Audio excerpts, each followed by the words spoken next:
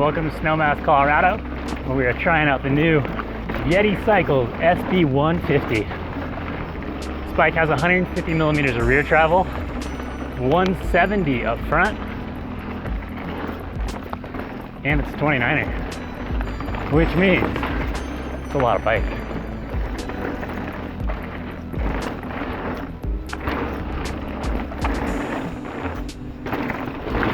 But surprisingly light on its feet. How did Yeti pull off a bike that rides like this? Let's find out. Yeti's new SB150 features a carbon fiber frame, and it's coupled with a suspension design similar to what you may have seen before from Yeti. The suspension design is based around Yeti's Switch Infinity system, a translating pivot that switches direction as the bike moves through its travel. Yeti says this provides great anti-squat characteristics for pedaling performance and keeps things consistent as you get deeper into the travel.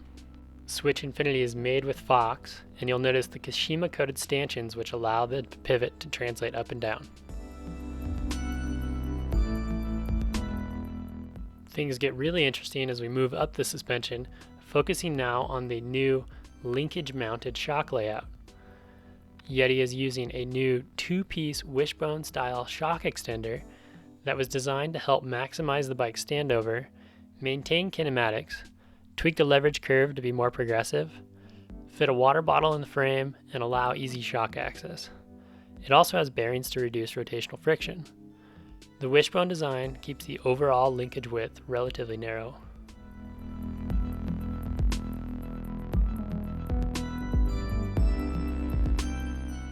Yeti chose to go with a Fox Float X2 air shock, which features a lot of adjustability, but the bike is also coil compatible thanks to added progression. Being Yeti's new flagship 29-inch Enduro bike that you're likely to see underneath Richie Rude on the EWS this summer, the bike has been lab tested to Yeti's more rigorous downhill standards. New internally molded carbon tubes inside of the frame help improve cable routing by making maintenance easier and keeping things much quieter. That's paired with a post-mount rear disc brake and an ultra-clean boost rear axle. Adequate frame protection is in place as well, with custom molded rubber guards to protect things.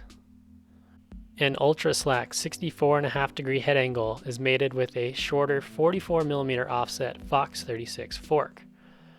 The shorter offset fork was made popular after transition bikes introduced their speed balance geometry concept.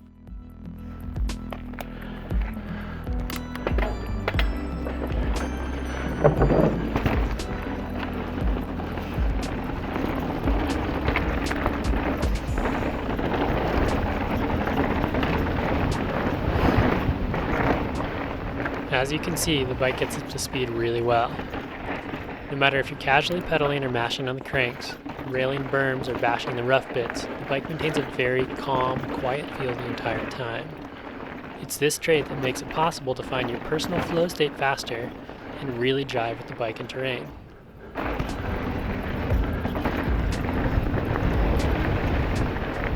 It took us a couple of laps to get used to it, but once you're confident in leaning forward and getting into the front end, the bike corners incredibly well.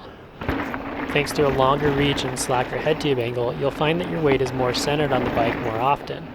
This also keeps the chassis quite stable while going through the rough stuff. As an Enduro bike, this one is not plus-size tire compatible. There simply isn't room.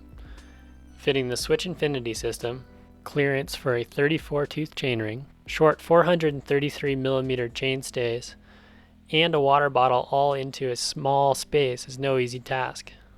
Compared to some other leading long travel 29ers, we did notice some added flex in the rear end of the SB150. To the point where I can make tire rub the seat stay. While it looks a bit disconcerting, on the trail we found the added rear end compliance to be a benefit in many instances, especially while going through the rough stuff, which we've done extensively since filming this video. At 175 pounds, riding at the speeds you see in this video, it was rare that I felt the rear end doing anything odd. Provided you're not a 250-pound berm slapper, we don't think you'll have an issue.